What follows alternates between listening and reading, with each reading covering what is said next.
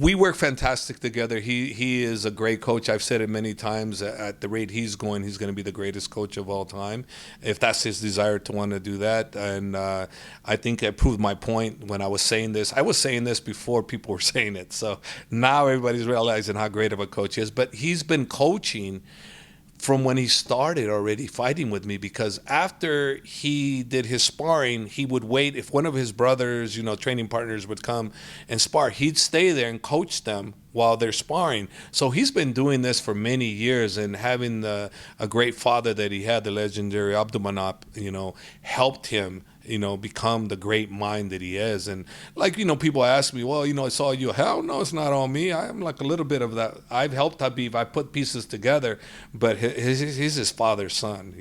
I've helped, and I'm proud to be part of that journey. And as a coach, yes, I'm helping him there, because you can see when he goes a little crazy, I'm like holding, hey, relax. And he's trying to jump. I go, relax. So he's learning really well. And the sky's the limit for him as a coach, if that's his desire. It has to be his desire, though. If it's not his desire.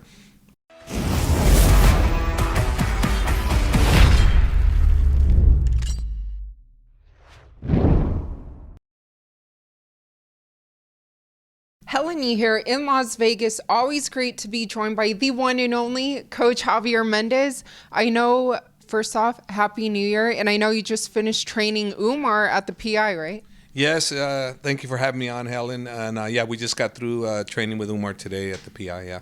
1 year ago, you told me, in a perfect world, Islam Makhachev is going to win his fight, and then we're going to fight for the title, and he's going to win the title. And I know he's going to win the title, but in a perfect situation, this could be this year. You were predicting Islam's future. He became a champion by the end of 2022. So now it's January 2023. What can you tell the fans about your prediction with Umar this year? Well, my prediction for Umar this year is, first of all, on the 14th, he's going to win his fight very impressively. He's looking really, really sharp. He's firing on all cylinders: wrestling, kicking, boxing, IQ, conditioning. The kid has it all. He's going to do a great performance. Hopefully we can get another fight soon thereafter, if he's healthy and he wants to fight.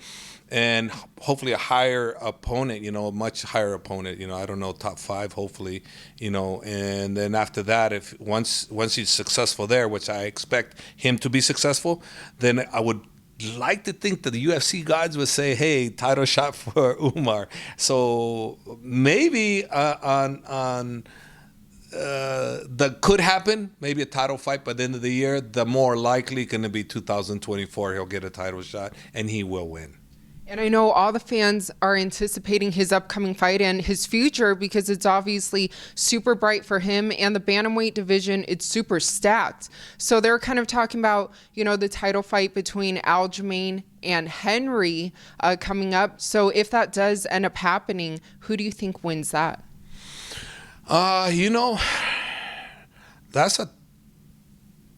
It's a tough fight in a way, but it's not in another way, because Henry is got the wrestling down. He's got the IQ down, and the fight mental strategy down. He's got more weapons. Confidence is probably going to go good on his side. Aljamain is becoming actually a great champion. So it's going to be a battle of two great champions. One, probably in my book, probably the most accomplished fighting combat athlete of all time, being an Olympic gold medalist and 2-time champion in the UFC. That's pretty high accolades for Henry. So I would say it's going to favor Henry, but I wouldn't be surprised, if Aljamain comes back and does something great. I'm favoring Henry. And it's only because I know Henry too, and I really like Henry, is why I'm favoring him. It's not that I've got a crystal ball or anything like that. I always go with the person that I really like, and I really like Henry. And I don't know Aljamain at all. But speaking of a battle between two great champions, a huge fight coming up between Islam and Alex Volkanovski. How's Islam looking? Well, Islam right now is training in Dagestan. I'm not going to get with them until January 20th in Perth, Australia. So if you know anything about Islam, he trains like a professional, takes it serious like a professional. I'm assuming the version we saw of Islam against Charles Oliveira, which was spectacular, you're going to see a better version of him coming because he's highly motivated. He has a mission, he has a goal, and Islam Makhachev is the true professional champion. You know, he's going to do everything correctly. He's got great coaching, you know, with all the guys he has back home with Habib and Saif Safula, who's the Olympic Taekwondo coach over there. He's another coach. And the main guy for Habib gym, Abdulmanap's gym. He's got great coaching over there. So when I get in there with him, I just add a few little things. But I'm expecting a great fight between two great fighters, and I expect at the end of the day, Islam Makhachev is going to be pound for pound the best fighter in the UFC, or in the world actually, pound for pound, after he beats Alex, which is what I'm expecting to do. But not like people are thinking, like any kind of finish. I don't like that. It's going to be a 5-round war, and Alex is. A lot of times, think about this, right? Everybody say, well, Alex is moving up in weight and this and that and this and that, but how much weight is it really? It's only 10 pounds. It isn't like light heavyweight and middleweight. There's a 20-pound difference there. This is only a 10-pound difference. There's not that much of a difference like people are thinking. So Alex, the only thing Alex is, he's got shorter. He's shorter, but look at his arms are probably longer. He probably has a longer arm span than we do. So we may not be in that department where we lead, just in the height department.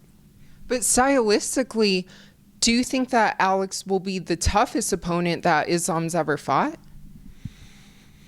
I don't know. I'm not sure he is the toughest. I mean, based on what's on stake, I would say yes, based on that. But is he really? I don't know. We'll have to find out fight night if he can prevent Islam from taking him down. But also keep in mind, a lot of people are now catching on. Islam can stand. With Charles, they were talking about, well, Islam has to take him down. And Charles was thinking, oh, he has to take me down. Well, what got him to the ground? It wasn't Islam's takedown. It was Islam's punching that took him down.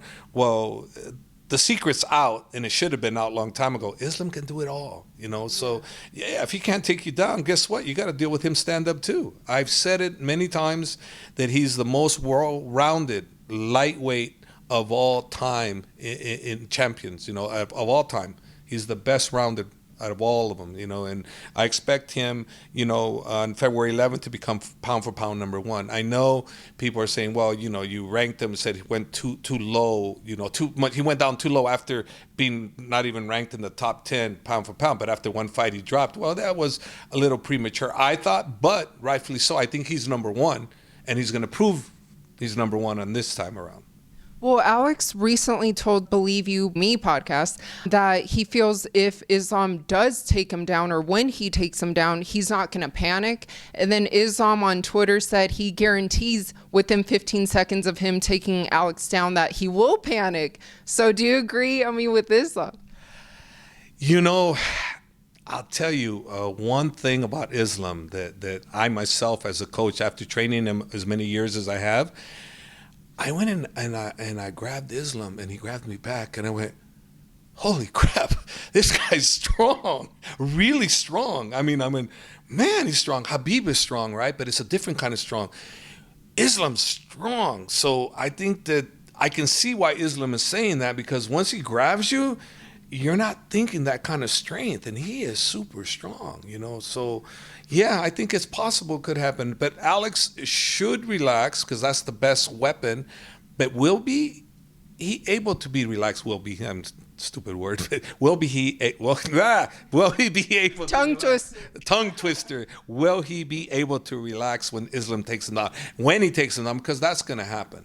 Look, it's going to happen. In my opinion, there is no one in the lightweight division that's going to beat Islam outside of what anybody can, Anybody can win. But on a decision, no one's going to beat him. No. Unless he decides he doesn't want to fight anymore and he goes and fights, whatever. But he's so hungry. He's so motivated. He's got goals. He wants to be one of the greatest of all time, if not the greatest. And you know what? I believe he's going to accomplish all those goals. Yeah, and speaking of those goals, like I mentioned earlier, that you told me 1 year ago you predicted Islam's future and that he would be champ by the end of 2022. I know you discussed on the Schmo Zone podcast before that he would like to also fight at 170 in the future, possibly go for that gold as well. So do you see that happening within the next year or two, him trying to target, welterweight gold? I 100% see that. If that's what Islam wants, yes. If that's what he wants to do, yes. Unlike Habib didn't want to do that. Habib's goal was never to be welterweight or middleweight, because if Habib wanted that, he would have been that. But Islam, I have heard him. He has mentioned it to me that he wants to go to welterweight at some point, but he wants to clear out the division. He wants to defend the title more than anybody has. So I think once that goal is accomplished and he's made that goal a reality, which I believe he will, then I think he'll think, maybe I'll go to welterweight then. But I think we're a little bit far away from that, because this is going to be his first title defense. I think maybe 4 or 5 more title defenses, and maybe the topic of him going up to 170 is very, very entertaining.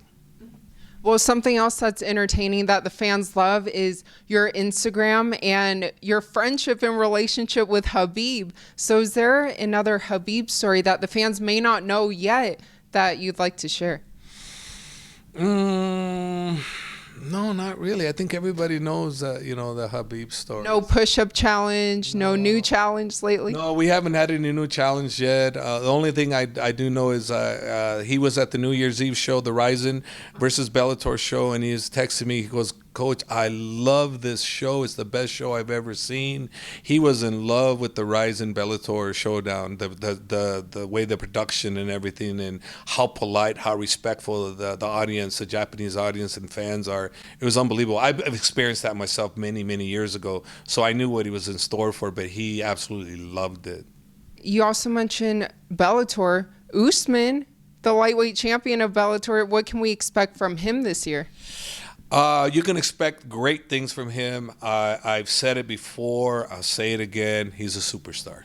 He is a superstar. He's got it all. He's got the looks. He's got the charisma. He has the fighting style. He's got the length. He's got the power. He got the desire. He's the total package. He is complete total package. He's probably the Luke Rockhold of Dagestan, I wonder, how is Luke? Do you think he's coming back in 2023? I haven't spoken to Luke in a little while, but I read little things about him wanting to come back. And, the thing about fighting, and only fighters know this better than anybody, once you tasted that limelight and the crowd and the adrenaline, it's a hard thing to give up. And I think that he's bit that. And then the fact that his last performance was very gritty, very entertaining for the fans, but it wasn't his best performance, and I think he doesn't want to leave out like that, and I think that's more it than anything, that he wants to finish on his terms, not the way it ended, because right off the bat, his nose was compromised because he couldn't even breathe. I mean, for God's sake, he's holding his knees, like breathing like crazy before the guy comes and try to punch on him. So